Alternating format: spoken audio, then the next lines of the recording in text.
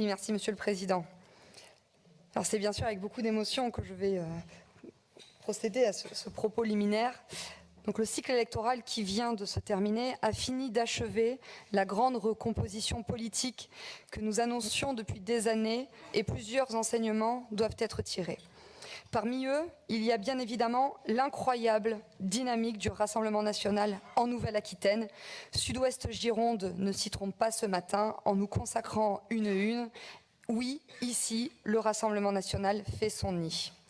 Depuis les élections régionales, où nous avons, je tiens à le rappeler, été choisis par les néo-aquitains pour incarner pour la première fois la principale force d'opposition dans cet hémicycle, nous enchaînons les succès. Je remercie chaleureusement les 780 000 électeurs qui ont accordé leur voix à Marine Le Pen au premier tour de la présidentielle et les 1 262 000 néo-aquitains qui lui ont accordé leur confiance au second tour. Une performance historique en augmentation de respectivement 140 et 300 000 voix en 5 ans.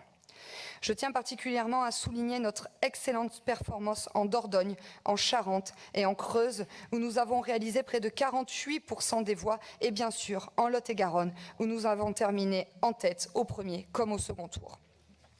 Avec ses 780 000 électeurs, Marine Le Pen aura donc rassemblé en Nouvelle-Aquitaine 5 fois plus d'électeurs que Yannick Jadot et Valérie Pécresse, 9 fois plus que Fabien Roussel et, navré de vous le dire, Monsieur le Président, 10 fois plus d'électeurs que votre candidate Anne Hidalgo. Si je voulais appuyer là où ça fait mal, je vous dirais que même avec les scores cumulés de vos candidats, cela fait toujours 300 000 voix de moins que celles réunies par la nôtre. Cela a de quoi appeler à la modestie de certains sur ces bancs qui osent parfois remettre en cause notre légitimité et qui feraient mieux de s'interroger sur la leur, d'autant plus qu'aujourd'hui nous devenons au Conseil régional de Nouvelle-Aquitaine le groupe disposant du plus de députés. Mais ce cycle électoral victorieux, nous retiendrons surtout notre incroyable succès aux élections législatives. En 2017, nous faisons 6 seconds tours dans toute la région. Cette fois, avec 17 seconds tours, nous étions présents dans près de la moitié des circonscriptions et y avons réalisé des scores exceptionnels. Je tiens à rendre hommage à mes amis et collègues conseillers régionaux qui étaient nombreux engagés dans ce second tour et qui ont réalisé des percées très remarquées. Toutes mes félicitations à Sandrine Chadourne pour ses 47% dans le Libournais et à Laurent Lamara et ses 40% sur le bassin d'Arcachon. À Pascal Markowski, Séverine Verbroek et Nathalie Collard qui ont raté la victoire de très peu en atteignant respectivement 49,10%, 48,26% et 48,82% des voix en Charente-Maritime. Un score qui prouve que ce département est une terre d'avenir pour le Rassemblement national. Mes félicitations également à Florence Joubert qui atteint 29,38% en triangulaire en Dordogne, à Marion Latus et Éric Soula qui réalisent 45,42 et 45,86% en Vienne, et enfin à Sébastien Delbosque pour sa très belle campagne ponctuée d'un excellent 48,52% des voix en Lot-et-Garonne. Je vous le dis à tous, chers amis, bientôt ce sera votre tour. Ces résultats, que peu auraient imaginés il y a quelques années, sont le fruit du travail d'implantation que nous menons, mais aussi et surtout de l'énorme progression de nos idées en Nouvelle-Aquitaine. Oui, de plus en plus de néo-aquitains demandent l'arrêt de l'immigration massive.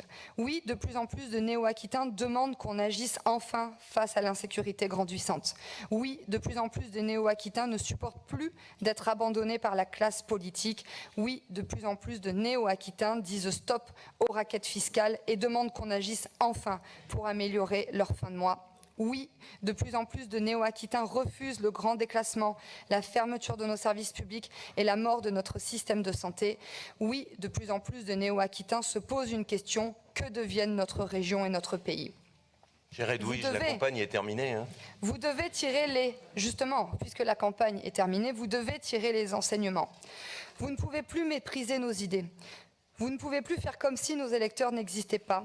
Vous ne pouvez plus agir comme si les revendications étaient illégitimes et devaient être balayées d'un revers de la main. Monsieur le Président, vous venez de demander que les nouveaux parlementaires de cet hémicycle soient à votre côté pour défendre la Nouvelle-Aquitaine. Oui, Monsieur le Président, nous serons à vos côtés pour défendre la Nouvelle-Aquitaine, pour peu que vous respectiez nos électeurs, nos idées, et que vous arrêtiez dès aujourd'hui votre sectarisme insupportable qui consiste à refuser à chaque proposition que notre groupe vous émet via nos amendements et nos motions, par exemple. Il ne peut y avoir de coopération s'il n'y a pas de réciprocité. Aujourd'hui, la Nouvelle-Aquitaine est incontestablement devenue une terre d'élection pour le Rassemblement national et demain sera une terre de victoire. Et des victoires, nous en avons déjà eu de très belles hier soir. Malgré un mode de scrutin injuste, les tambouilles politiciennes, les alliances sur fond d'arnaque électorale et la mobilisation du système contre nos candidatures, la Nouvelle-Aquitaine sera représentée pour la première fois de son histoire par 6 députés Rassemblement national. Je félicite bien évidemment Serge Muller pour sa victoire avec plus de 50% dans la seconde circonscription de Dordogne. Mes amis Grégoire de Fournas pour sa victoire au forceps dans le Médoc. Hélène Laporte et Annie Cousin pour leur très large et très belle victoire dans le Lot-et-Garonne. Et enfin, félicitations à Caroline Colombier qui fera une excellente députée de la Charente. Me concernant, en l'ayant emporté avec quasiment 59% des voix dans ma circonscription, j'aurai également l'immense honneur de siéger aux côtés de Marine Le Pen et de 87 autres députés du Rassemblement national à l'Assemblée nationale. Je voudrais ainsi m'adresser aux plus de 25 000 électeurs qui m'ont accordé leur confiance pour les représenter durant ces 5 prochaines années. Je ne vous décevrai pas. Avec mes 88 collègues députés du Rassemblement national, nous incarnerons la première force d'opposition à Emmanuel Macron au Palais Bourbon. Nous ne lâcherons rien face aux 2 principaux blocs que nous affronterons, composés de ceux qui veulent détruire la France pour l'un et de ceux qui veulent la détruire encore plus vite pour l'autre. De notre côté, nous nous battrons pour rendre aux Français leur pays, leur argent et leurs paroles. Pendant les 5 prochaines années, nous serons en première ligne pour combattre le saccage social, la hausse du coût de la vie et la retraite à 65 ans, pour empêcher la saignée fiscale, pour lutter contre l'effondrement de l'État dans l'école, dans la sécurité, dans la justice et dans la santé. Nous ne céderons également pas un seul pouce face aux provocations de l'extrême gauche burkini.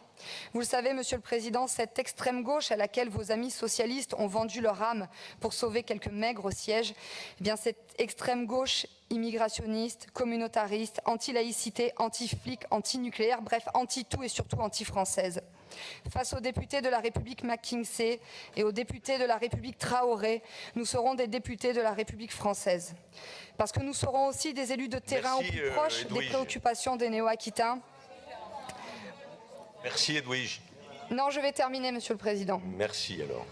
Parce que nous serons aussi des élus de terrain au plus proche des préoccupations des Néo-Aquitains.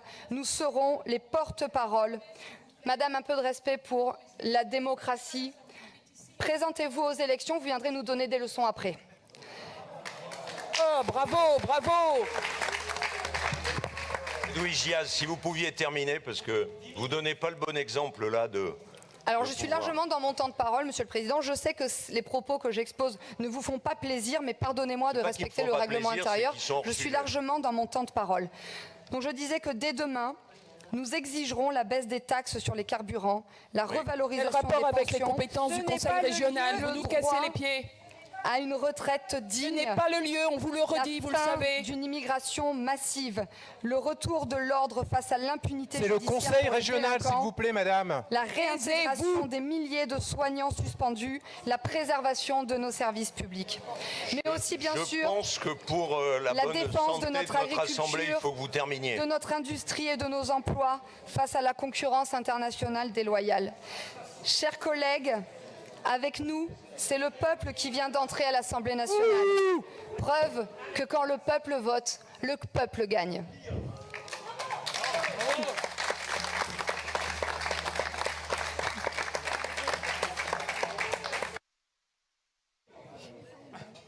Vous pouvez remonter.